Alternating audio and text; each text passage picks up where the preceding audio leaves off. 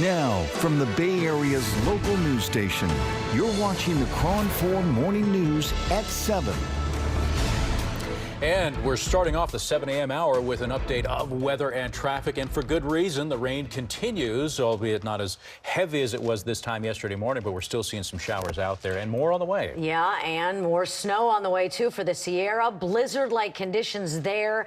They've already got a foot of snow. Major roads are shut down. An avalanche warning is out there in the back country around Lake Tahoe, and they have more snow on the way. Good morning. I'm Daria Folsom. And I'm James Fletcher. So let's get you updated on the roads and the weather. We'll start with Robin. Anything major? Yes, nothing major. A little crowded out there, but so far it's been Friday light. Okay. All right, so let's sort all of this out. The rain, the snow, what we've got coming. Yeah, let's take a live look outside at the snow because we're going to notice some more snow accumulations throughout the day. I-80 at Castle Peak, already a messy drive, so don't even bother heading up to the Lake Tahoe area or the Sierras just because there are plenty of warnings to report and a lot of weather alerts as well, specifically blizzard warning like we were just mentioning, snow accumulations today, an additional 2 to 4 feet in the Sierra, and up to 1 foot of snow is expected east of Highway 395. So just keep that in mind, not worth it.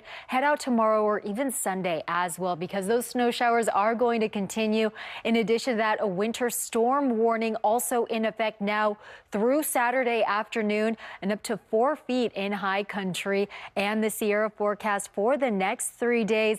I'm tracking a few snow showers today through Saturday, partly cloudy skies Sunday, and then warmer temperatures in the upper 30s by Monday. And for the state of California, a little bit warmer today for most of Southern California in the upper 50s, but here in San Francisco, 52 degrees. And I'm also tracking some light scattered showers as well. That is going to impact your Friday morning drive, so please drive safely. Unfortunately, no hot spots to report this morning. I hope, right, Robin? That's right. No hot spots. Hopefully we can keep it that way. We don't want any major issues or major hot spots. Yesterday was a mess. We had so many in the wet weather. This morning, just some puddles on the road, so watch your speed. You could easily spin out. It's been pretty quiet here, leaving Hayward over to the peninsula. This is how you know it's Friday, 7:02 in the morning, and it's only 16 minutes for the San Mateo Bridge from 880 out to 101. That's a fantastic drive time. No major issues there to the peninsula. Richmond Santa Fe Bridge just now backing up to right around Castro. So it's filling in, but it's still nice. 12 minutes from the tolls out to 101. I'll check the Bay Bridge coming up in just a bit. All right, 7:01 is the time now. Breaking news coming to us from Central Michigan. Central Michigan University reporting that a shot or shots have been fired, and we're learning from local media that there might be 2 people hit by gunfire, and apparently the shooter is still on the loose. In fact, you're seeing the tweet that was just sent out not too long ago by university officials, and you can read it there. It says there has been a report of shots fired at Campbell Hall on campus. That's a residence hall. Suspect is still at large. Police advise all to take shelter, and if you see something suspicious, call 911. If you happen to have a child that's going there right now, just know that the entire university is on lockdown right now as they're looking for this active shooter. Wow. All right. We'll keep you posted. That's all we know right now, but stay tuned for more on that. 7:02 and more breaking news this morning. San Jose police believe they have found the person responsible who was threatening and sent threats to the Alum Rock Unified Schools. Yeah, the suspect apparently just 12 years old. KRON 4's Lydia Pentazis live in San Jose with more on this story. Lydia. Well, San Jose police made the announcement this morning. As you said, they believe it was a 12-year-old girl that was behind that tweet that threatened to shoot up schools within the Alum Rock School District. Last night at around 9:40 p.m., the San Jose Police Department's Violent Crimes Enforcement Team served a search warrant at that girl's home. She lives in San Jose. Police did find the girl at her home, but they did not take her into custody. The investigation, they say, is ongoing. The school superintendent called the threat offensive because the person responsible commented about how they hated the school district and were happy they were from a, quote, more affluent area, followed by a series of expletives. There was no specific schools narrowed out in the tweet, which simply stated that the girl wanted to, quote, shoot up all of them. An automated call went out to the district's parents on Wednesday night, and that account was anonymous, which is why initially police didn't know where or who was responsible. Reporting live in San Jose, Lydia Pantases, KRON 4 News. Thank you, Lydia.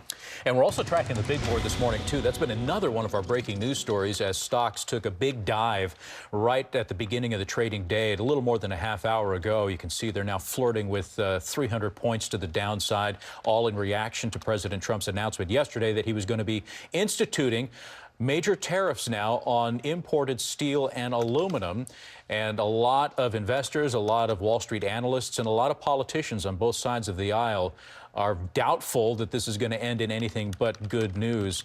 This won't be good news at all. They're worried this is going to trigger a global trade war as other countries perhaps retaliate by implementing tariffs on things the U.S. exports to them. So we're going to have to wait and see what happens. Trump didn't give any further detail on the tariff or the exact timing of when it will be put in place. The understanding is it should go into place sometime in the next week or two.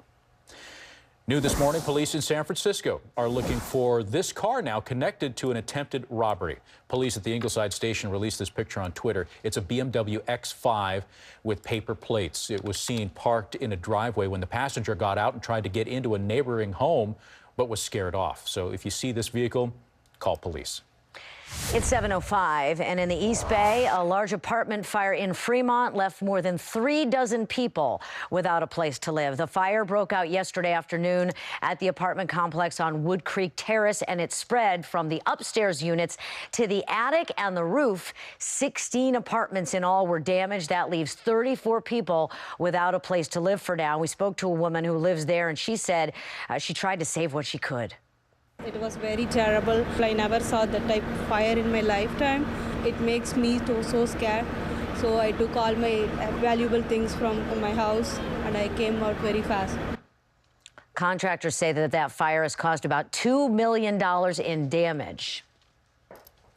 Well, ICE says that agents have arrested more than 230 people in Northern California. The ICE raid started Sunday and wrapped up on Wednesday.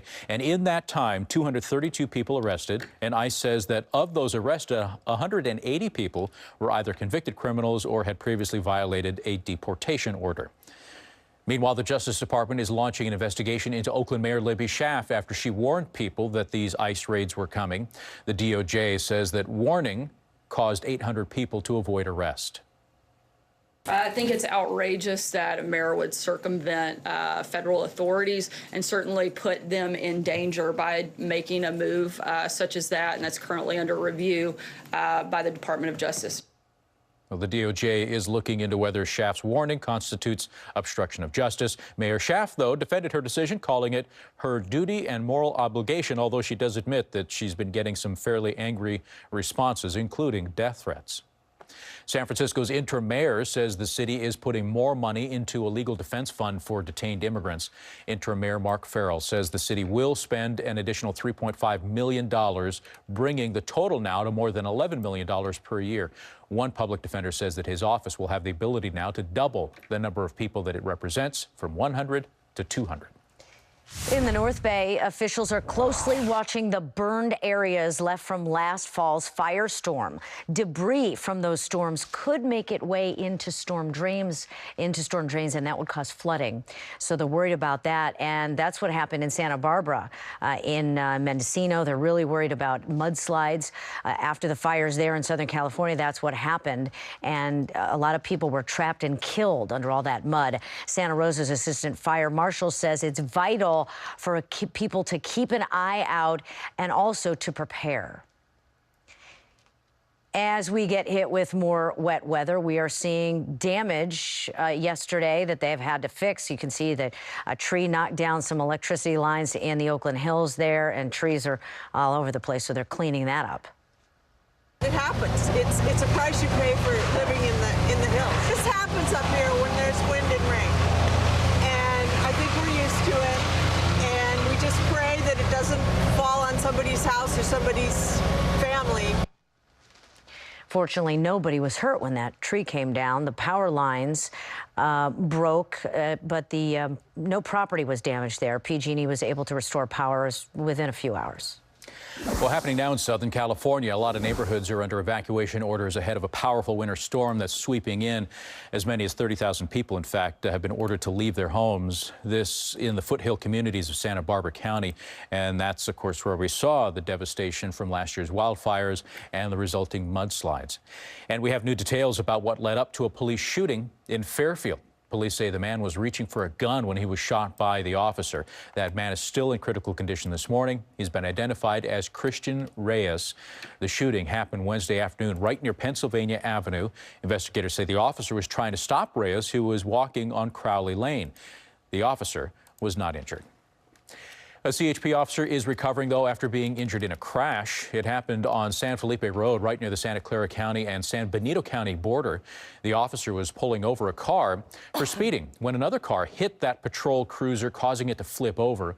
The officer was taken to the hospital and again injured, but is expected to be okay.